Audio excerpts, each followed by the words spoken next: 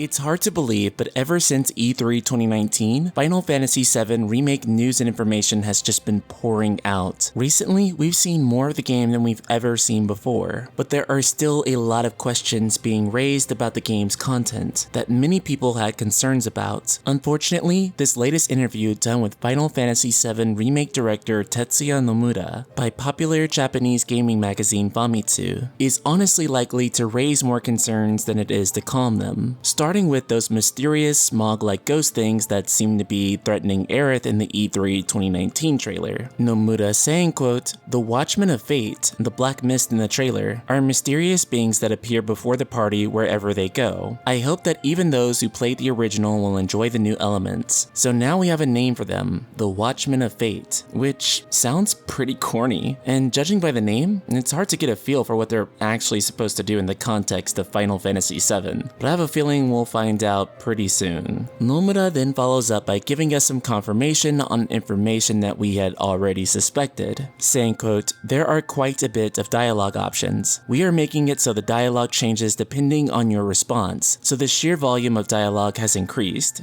There are quite a few additions to the scenario. While the main story itself hasn't changed, there are countless numbers of new events. Otherwise, we wouldn't have 2 Blu-ray discs," he laughed. Dialogue changing depending on your response is to be expected, honestly, as the original game had quite a few dialogue options that were presented to you. However, it's really reassuring that the game is going to be written so that whenever you are presented with those dialogue options, it'll be a lot more influential. It seems like here they'll do a lot more than just score you a date at the Gold Saucer. Then there's Tifa and Aerith, which in regards to what Nomura says about Tifa, it's inevitably going to upset some of you. Quote, "Aerith and Tifa are both double heroines. One has a Western style look and the other one has an Eastern style look." Of course, Aerith being the one with the Western style look and Tifa being the one with the so-called Eastern style look. "We wanted Tifa to have abs, so she has an athletic body type. The ethics department also told us that we had to tighten the chest as not to get unnatural during all the intense action." From there, he says that the black shirt underneath was conceived as a way of restricting Tifa's Ultima weapons. So hey man, they're still there. She's not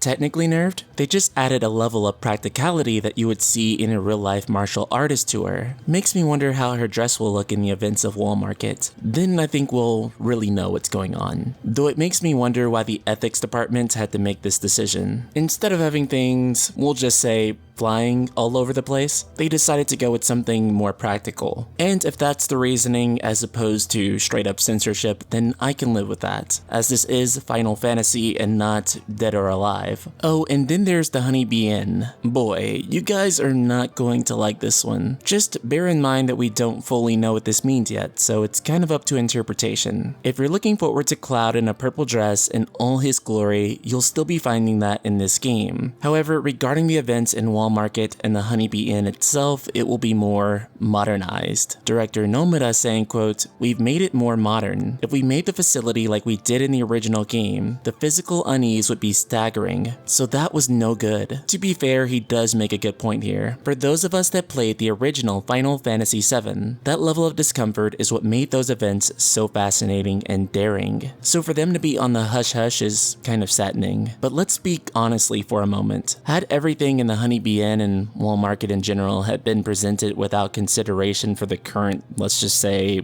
climate and context, things would have went really bad for them. So I understand this was a decision they had to make no matter what. I mean, imagine trying to explain this scene to somebody who's never played the original. Yeah, that's not going to be an easy one. Though there's also some good news here. We learned some of the thinking and mechanics behind the game itself. Nomura proceeded to comment on the game's battle system, saying, quote, "With an emphasis on immersion and exhilaration, you can fight without stress through the use of shortcuts. When you open the command menu, time slows down, and you can fight like a command battle." He says that each character has a different enemy affinity. For example, we learned during E3 that long range and flying types are best suited for characters like Barret. It almost reminds me of Final Fantasy X in a way, where each party member will be super effective against certain enemy types, making everyone routinely useful. He also added on to this by saying, quote, "For the sake of level design, we're preparing a few new enemies where necessary," which of course makes sense, as with all the new portions of Midgar you'll be able to explore, they will probably want to fit new enemies and bosses into them.